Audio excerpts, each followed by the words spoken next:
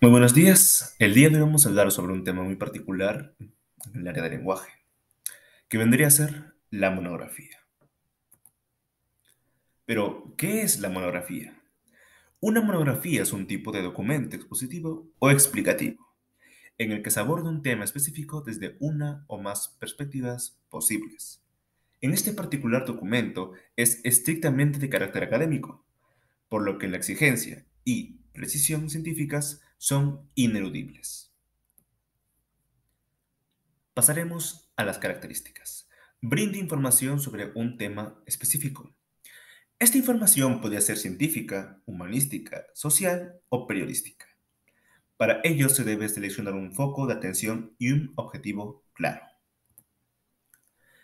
Otra de sus características es que establece claramente los límites de la investigación, para que se pueda cumplir con el objetivo de desarrollar un tema específico. La monografía debe poner los límites de la investigación, para lo cual se debe seleccionar un corpus y un marco teórico o referencial que cubra todas las necesidades que se tienen para el proyecto.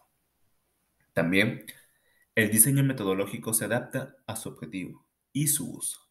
Dependiendo del uso que tendrá la monografía, su diseño metodológico debe adaptarse.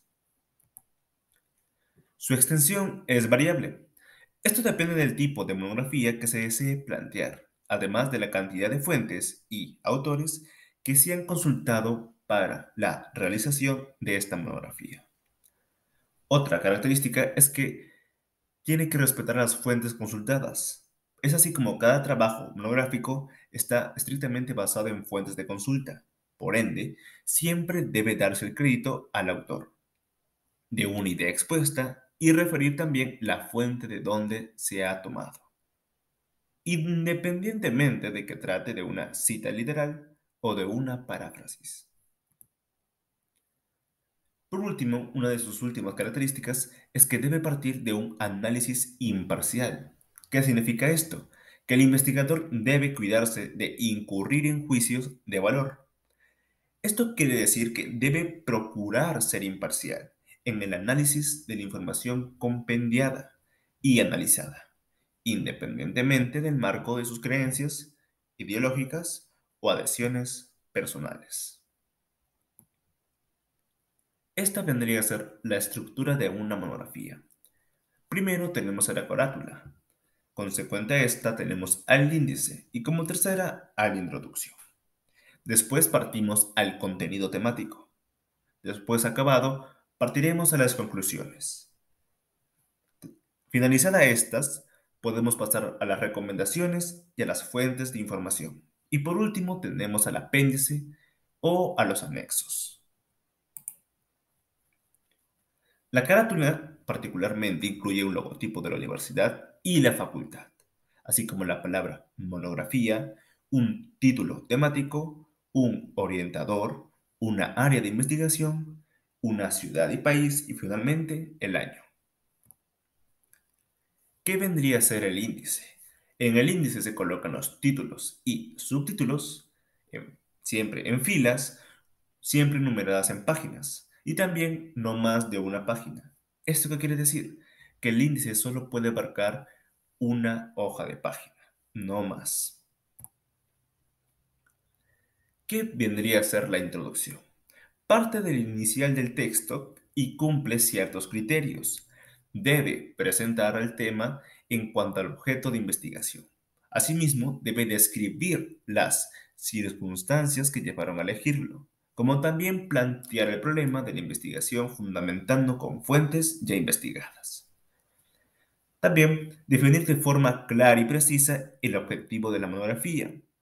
Cabe resaltar que debe destacarse la importancia de la investigación en un plano teórico. Y finalmente debe redactarse las partes que componen el trabajo en forma de párrafos.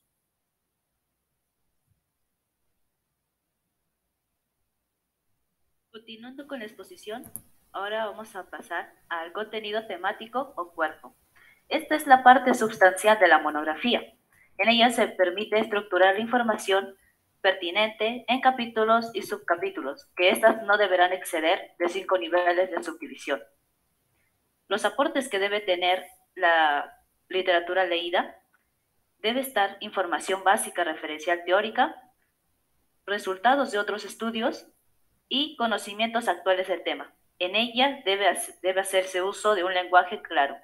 Se debe evitar las redundancias, incongruencias y faltas ortográficas. Y el texto deberá recoger información relevante, detallada y actualizada de la investigación.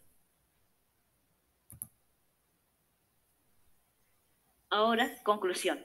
Esta es la parte final del texto, que se expresa el aporte final del investigador.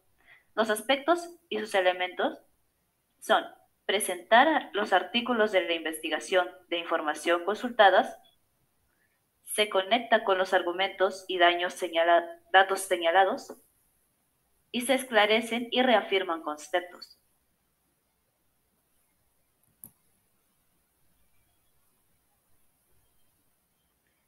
En recomendaciones. En esta sección se debe evidenciar inconvenientes encontrados en el desarrollo temático. Se debe describir las ampliaciones o delimitaciones necesarias para un mejor abordaje del tema.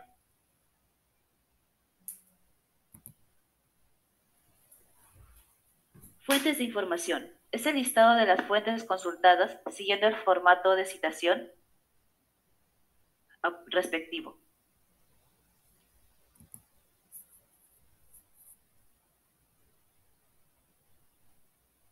Y finalmente tenemos los apéndices o anexos, que es la recopilación organizada de documentos complementarios, esquemas, tablas, gráficos y otros medios informativos.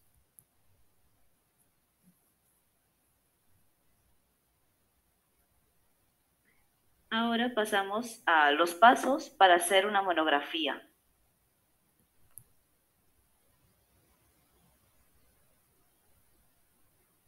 Primero, la elección del tema a tratar.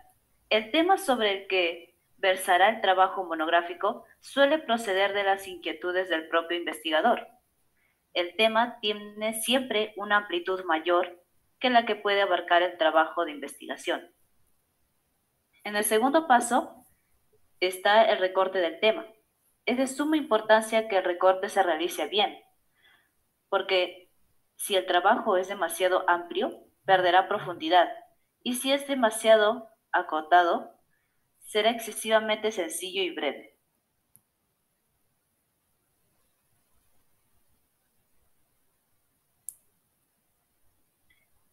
En el tercer paso tenemos al fichaje.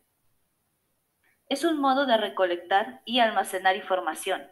Si el fichaje se realizó correctamente, se podrá prescindir del libro y realizar los trabajos monográficos a partir de ellas. Y para eso se deben incluir todos los datos del libro que sean necesarios para poder citarlo. En el cuarto paso tenemos el esbozo del esquema. En este paso se le denomina esbozo, ya que el esquema es sometido a posibles reestructuraciones hasta que se concluya la redacción del informe final.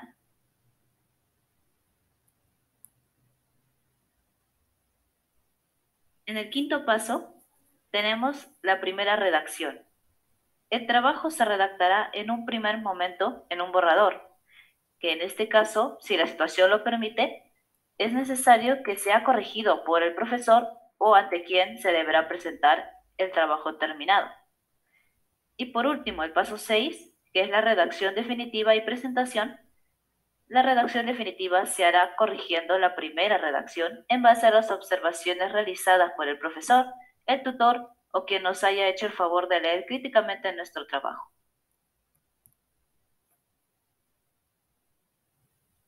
Muchas gracias por escuchar nuestra exposición.